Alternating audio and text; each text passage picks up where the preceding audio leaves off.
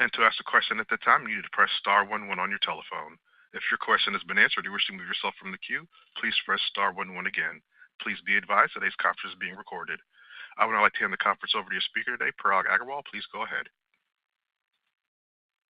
Thank you, Kevin.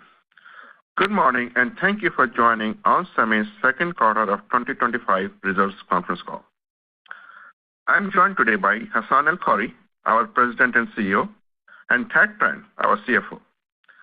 This call is being webcast on the Investor Relations section of our website at www.onsemi.com. A replay of this webcast, along with our second quarter earnings release, will be available on our website approximately 1 hour following this conference call, and the recorded webcast will be available for approximately 30 days following this conference call.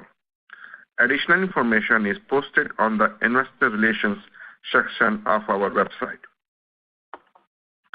Our earnings release and this presentation include certain non-GAAP financial measures. Reconciliation of these non-GAAP financial measures to the most directly comparable GAAP financial measures and a discussion of certain limitations when using non-GAAP financial measures are included in our earnings release, which is posted separately on our website in the Investor Relations section. During the course of this conference call, we will make projections or other forward-looking statements regarding the future events or future financial performance of the company. We wish to caution that such statements are subject to risks and uncertainties that could cause actual events or results to differ materially from projections. Important factors that can affect our business, including factors that could cause actual results to differ materially from our forward-looking statements, are described in the most recent Form 10-K, Form 10-Qs, and other filings with the Securities and Exchange Commission, and in our earnings release for the second quarter. Our estimates or other forward-looking statements might change, and the company assumes no obligation to update forward-looking statements to reflect actual results, change assumptions, or other events that may occur, except as required by law. Now, let me hand it over to Hassane. Hassane? Thank you, Parag. Good morning, and thank you all for joining us. In the second quarter, we made meaningful progress across our strategic priorities and advanced critical initiatives in automotive, industrial, and AI data center. In automotive, we're helping customers like Xiaomi improve range and enhance the driving experience, and we're expanding our engagement with more global OEMs and Tier 1s, including our collaboration with Schaeffler. In AI data centers, we are enabling next-generation power architectures that drive efficiency and performance at scale through collaboration with market leaders like NVIDIA to accelerate the shift to 800-volt DC power architecture. We remain focused on making strategic investments to extend our competitive edge and deepen customer relationships to build long-term value. At the same time, we are making structural improvements across the business to enhance efficiency. This, combined with disciplined cost management, creates significant leverage in our model as we prepare to capitalize on a market recovery. On the financial side, we delivered Q2 revenue of $1.47 billion, exceeding the midpoint of our guidance, and non-GAAP gross margin and EPS of 37.6% and 53 cents, respectively. Turning to the demand environment, we are seeing signs of stabilization across our end markets. We have not seen any pull-ins to date due to tariffs, and our diversified manufacturing footprint remains a competitive advantage, providing sourcing options to our customers as they work on optimizing their supply chains. By market, automotive revenue in Q2 was down 4%, performing better than anticipated, and is expected to grow in the third quarter with continued EV ramps. In China, select Xiaomi YU7 electric SUV models integrate our 1200-volt EliteSiC M3E, enabling better performance and the longest range in its class. China remains a growth driver for onsemi, with strong traction in both BEV and PHEV platforms. China revenue in Q2 grew 23% sequentially, driven by silicon carbide with the new EV ramps I mentioned last quarter. We also expanded our collaboration with Schaeffler to deliver our next-generation traction inverter for a global OEM's PHEV platform using our latest EliteSiC M4T trench technology to unlock higher energy efficiency and reliability. We expect adoption to continue to expand and our customer engagement to continue to diversify as OEMs redesign hybrid architectures to meet emissions target and extend range. Industrial revenue increased 2% quarter-over-quarter. Revenue for AI data center, which we report as part of our other bucket, nearly doubled again in Q2 over the same quarter last year. As outlined in the President's AI Action Plan, AI infrastructure has become a focus of national priority in the United States. AI growth will be limited by power delivery rather than compute alone, and onsemi is the only broad-based U.S. power semiconductor supplier addressing this challenge with our intelligent power semiconductors dramatically increasing power density and reducing energy loss. We are actively working with leading XPU providers on smart power stages that address the power requirements of current and next-generation platforms. We are in production on single SPS products in an industry-standard 5x5 package and began sampling a dual SPS in the same footprint. As part of our ongoing transformation, we will continue investing in next-generation technologies where we have clear competitive advantages while reducing our exposure to areas with limited differentiation. This includes end-of-life of legacy products, exiting non-core businesses, and repositioning our image sensing portfolio toward higher value segments such as ADAS and machine vision. These actions are reshaping onsemi into a company with a distinct value proposition powered by leadership in intelligent power, sensing, and analog mixed signal technologies. A strong example of this strategy in action is Treo. Momentum continues to build around our Treo platform with a design funnel that has more than doubled quarter-over-quarter as we progress towards our billion-dollar revenue target. We are on track to doubling the number of products sampling from last year. Treo's differentiated technology, modular SoC-like design, and ability to integrate high and low voltage domains are driving strong customer engagement across all our end markets. An example in automotive is 10BASE-T1S, where we sampled over 10 customers as they work on their zonal architecture. After delivering our first Treo revenue in Q1, we've also reached an important milestone. We've now shipped over 5 million units from our East Fishkill facility this year. These milestones reflect the strength of our innovation engine and the strategic investments we've made to support long-term growth. By reducing complexity, sharpening our operational focus, and allocating capital more efficiently, we are building a more resilient and higher quality business for the long term. As the global economy accelerates toward electrification and intelligent automation, next-generation vehicles, sustainable energy systems, and AI data centers are converging around a shared need for a new era of power solutions. Beyond silicon carbide, our strategic investments in next-generation wide bandgap semiconductors have delivered transformative gains in power density, thermal performance, and energy efficiency. We started sampling customers on these new breakthrough technologies, and I will talk more about it soon. Let me now turn it over to Thad to give you more detail on our result and guidance for the third quarter. Thanks, Hassan. Through our ongoing transformation, we remain dedicated to building sustainable long-term value for our shareholders. We have progressively rationalized our portfolio and manufacturing footprint to expand gross and operating margins at scale. These efforts will continue in future quarters, and we are committed to extracting value through our Fab Right initiative. Investments in next-generation technologies across the portfolio will continue to expand our position as a leader in power and sensing and drive the shift in our portfolio mix to move onsemi up the value chain with our customers. As a reminder, in Q1, we took aggressive action to reduce our manufacturing capacity and restructure our workforce to continue driving long-term operational efficiencies. In the second quarter, we began to see the benefits of those structural changes with a substantial reduction in operating expenses.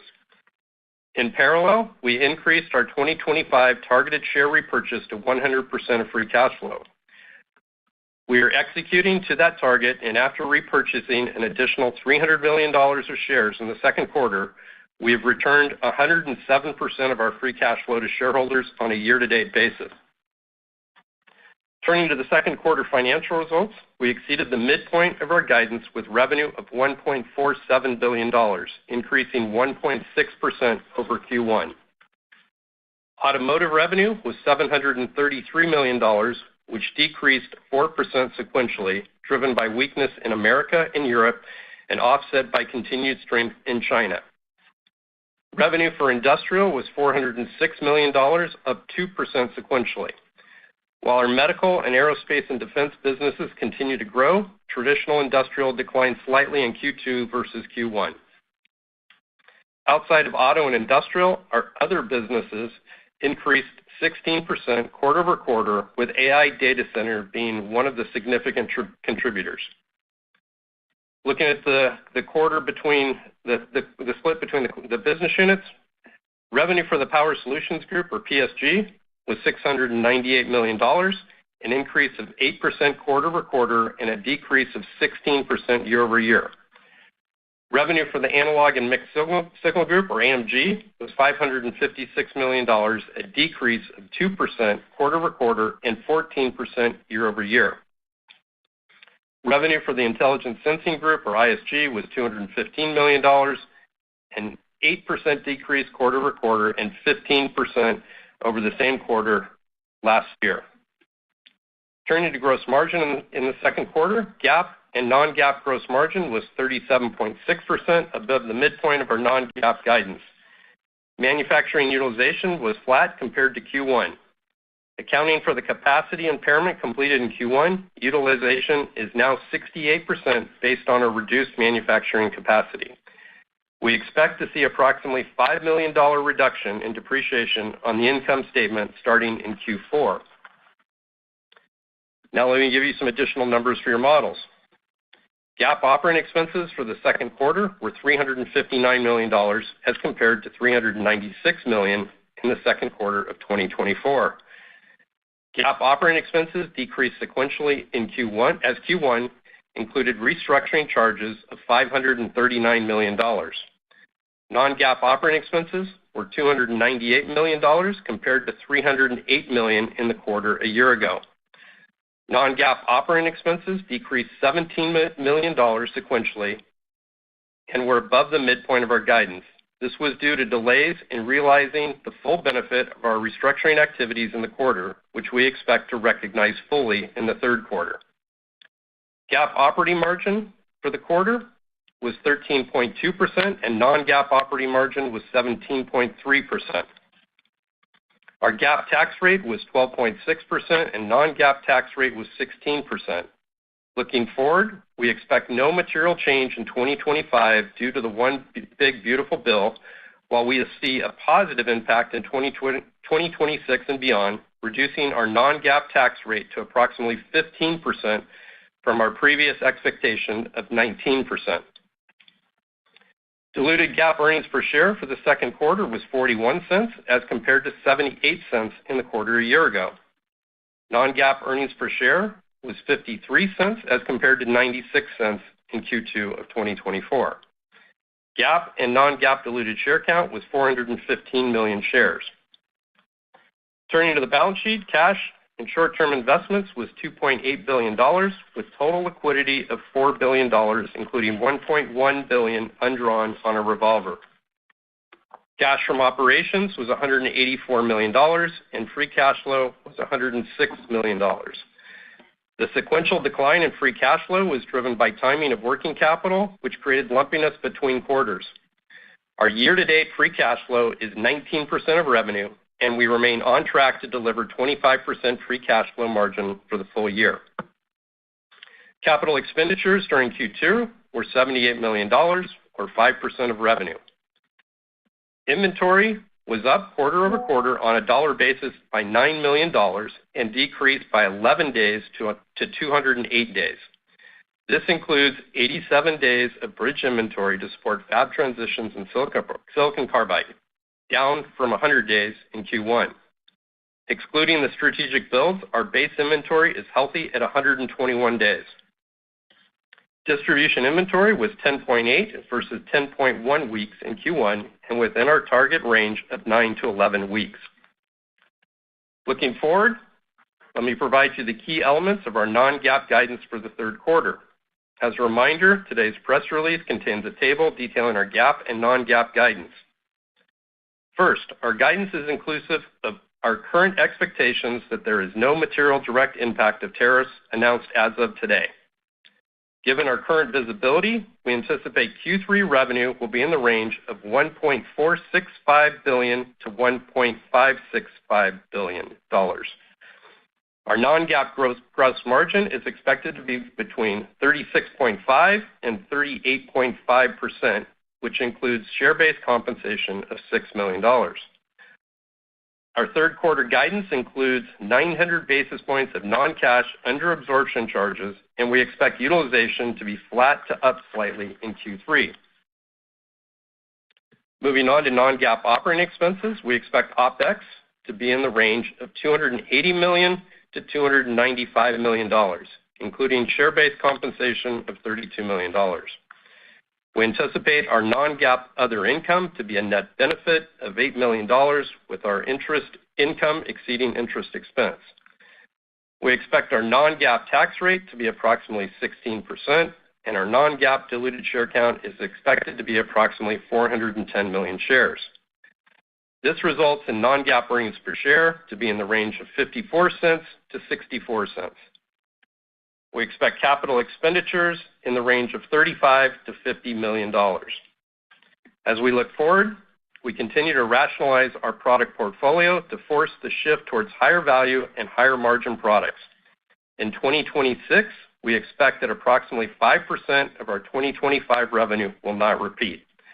This includes the end of life of certain legacy products, ongoing non-core exits, and the repositioning of ISG that Hassan talked about.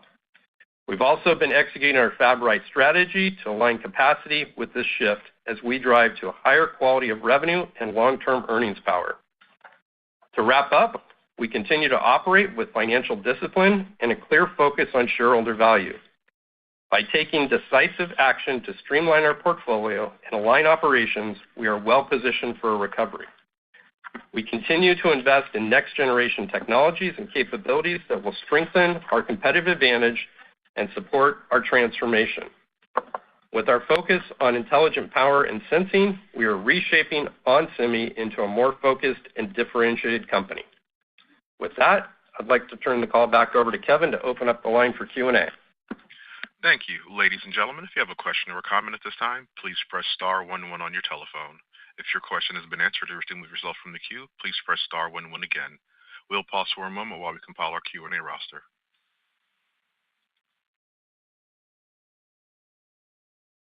Our first question comes from Ross Seymour with Deutsche Bank. Your line is open. Hi, guys. Thanks for letting me ask a question. Hassan, the first one's for you, and I guess there's kind of two parts to it. You sound better cyclically than you have in a while. So the first part is, what are you seeing cyclically, and where are there still headwinds? Where are you seeing mainly the tailwinds? And perhaps more importantly, when we move to the secular side, you talked about the AI data center side, the Treo side of things, but we still have the offsets of businesses you're exiting, like Thad just mentioned, probably a 5% headwind. Can you talk a little bit about the traction in those secular drivers and when the good ones are going to offset the exits? Yeah, Ross, thanks. That's a great segue into what really the call is about. So as far as what we're seeing stabilization, relative to where we have been over, call it, the last 3, 4, 5 quarters. That is a positive development.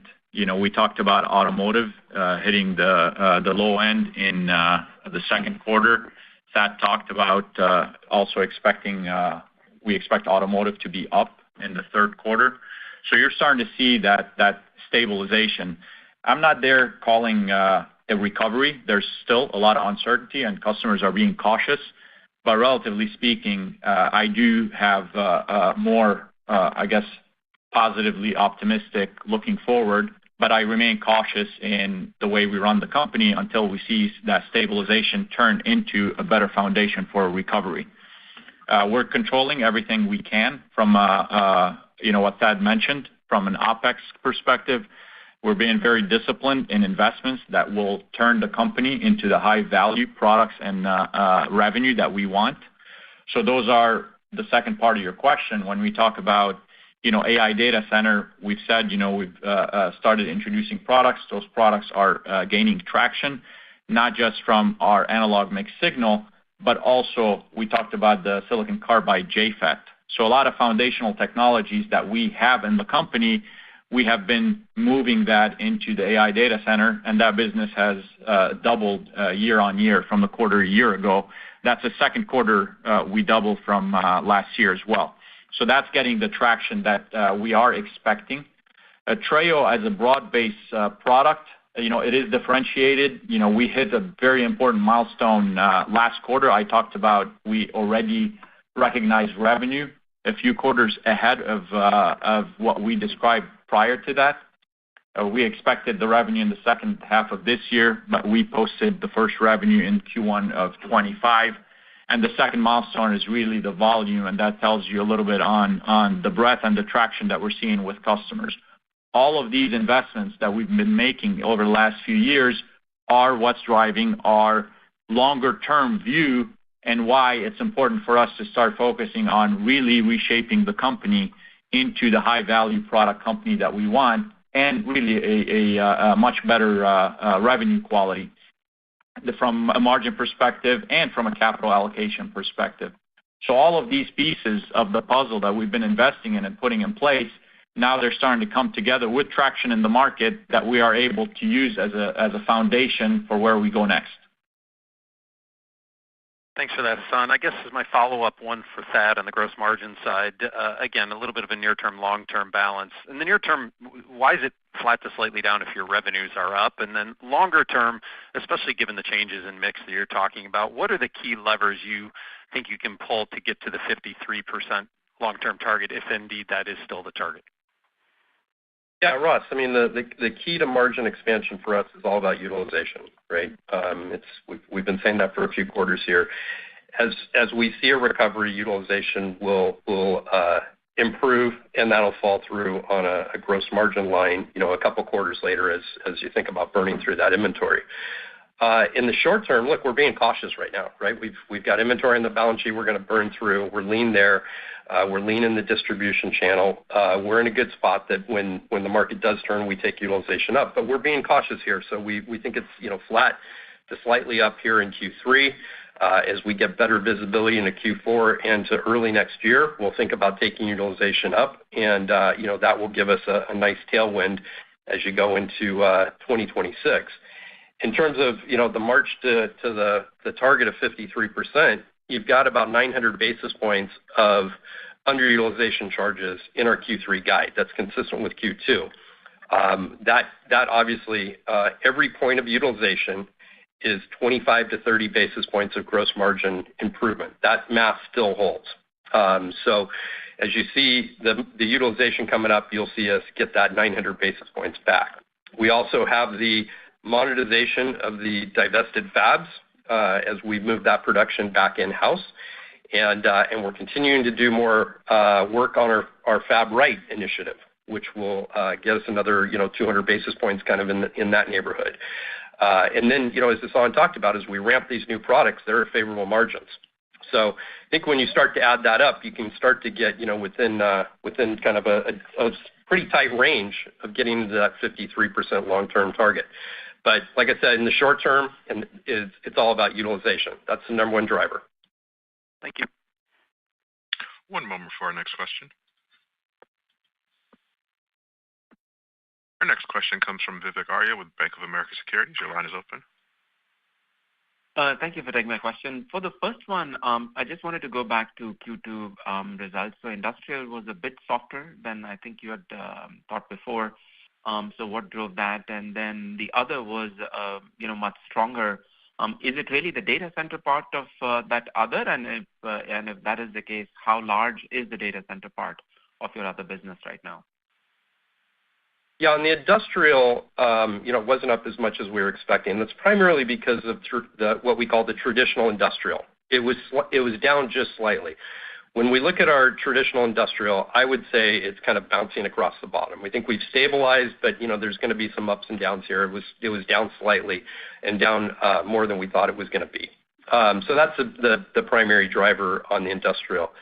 On the other market, yeah, it's the AI data center and the opportunity that we have there. We talked about year over year that business has doubled.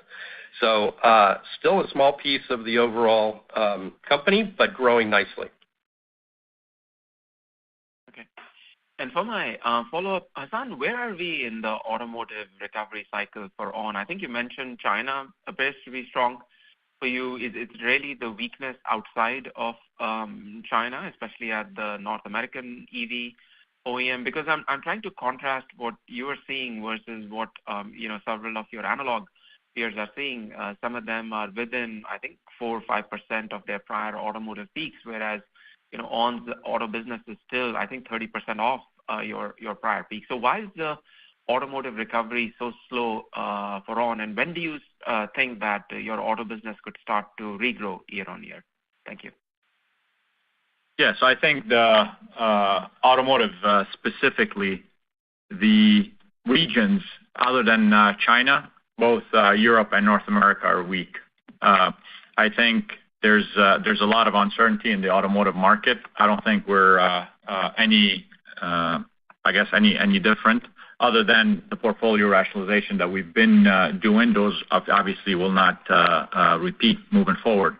But where we are in the EV ramps continue to happen, of course, not at the same rate that we all expected. I think the unit volume is not where it needs to be, and the rest is just purely on mix and exposure versus our peers. I can't really comment what our peers are seeing in automotive, but from our side, we hit the bottom in the second quarter. We're starting to post growth. Our expectation in Q3 will be growth, and then we'll see based on the visibility we get over the next few quarters where that's going to lead. Thank you. One moment for our next question. Our next question comes from Blayne Curtis with Jefferies. Your line is open. Hey, good morning. Thanks for taking my question. I actually wanted to ask you about the ISG repositioning, and I thought you said the 5% was the end-of-life products, and that's what you've been saying for a while. So maybe you could just walk me through, what are you repositioning, why, and is there a revenue number tied to that repositioning in ISG? Yeah, from a repositioning, the strategic repositioning, I've talked about it at a high level in prior quarters, is really our focus on the machine vision part of it. As we see some of the competition coming in, we've always said we're going to focus on value, and we're going to focus on high quality revenue based on the technology and the differentiation we bring. That differentiation locks with the vision product or machine vision product rather than the human vision product. To give you an example that I've given in the past, reverse parking, it doesn't matter how good your camera is, there's always dirt on the lens because it's outside. The quality doesn't matter. That's where we're not going to be engaging on these designs. When it comes to proper ADAS, where the CPU or the SoC, the central SoC, needs clarity and the best image quality for safety, that's where we add value with our vision products. That's the difference between where the company used to tackle, which is a lot of the volume aiming for number one market share across all markets, to a very focused, value-driven approach, which we've been on for a few years. That's really the difference that I talked about here. It's no different than the strategy we've been implementing, but right now we're very confident in the approach that we want and the strategy we're going to move forward with, and followed with the investments that we are making in order to maintain that differentiation in the markets we want. And Blayne, to answer the second part of your question in terms of the revenue impact, we think for 2026 it's about $50 to $100 million that doesn't repeat from the 2025 baseline. Isn't that incremental to the 5% from the end-of-life stuff? No, that's inclusive of the 5%. Got you. And then maybe, Thad, just on the inventories, I guess it kind of came in the high end of the range in June. Kind of what's your expectation for disti in the September guide? Yeah, I think it's going to be right in this range. Let's call it 10 weeks plus or minus, right? We came in at 10.8. It's in our sweet spot of 9 to 11, so I don't expect any material change one way or another. Got it. And obviously, we talked, so Blaine, just from a level of detail, as long as it remains within the range, because as you understand, there's ramps that we have